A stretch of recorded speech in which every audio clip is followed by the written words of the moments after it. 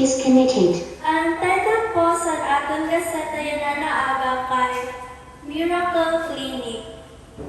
One day, Zanzibar's chief minister became sick while visiting Dodoma. Someone suggested that he visit a Seventh-day Adventist clinic. Although other hospitals were closer, he chose the Adventist clinic and was impressed by the care he received. So nagkasakit po ang chief minister sa Zanzibar while nag-visit po siya sa Dodoma. Dahil may nagsuggest po sa iya na i-visit naman po ang Seventh-day Adventist clinic.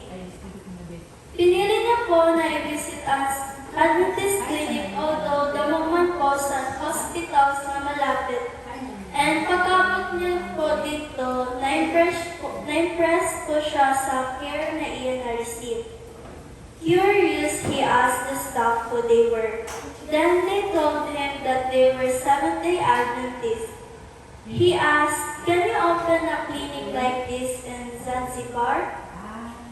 The church gladly accepted the invitation.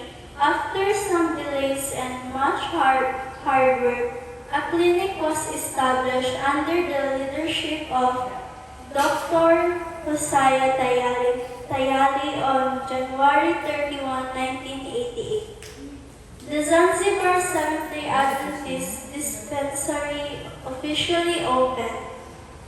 For nearly 40 years, the clinic has served the people of Zanzibar. Dr. Hosea later called it a miracle of God, because it all began when one sick man who experienced kindness and wanted others to receive the same care.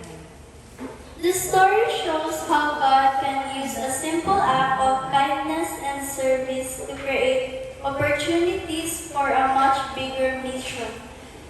When the chief received excellent care at a Seventh-day Adventist clinic, he was impressed and invited the church to open a similar clinic in Zanzibar.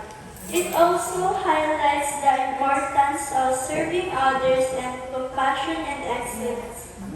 The clinic staff did not know that their care for one patient would lead to a healthcare ministry that would help thousands of people for decades.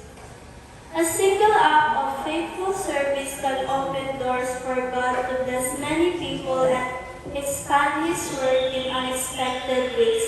Amo na po na akong kasentay na good morning and happy Sabbath po sa atin.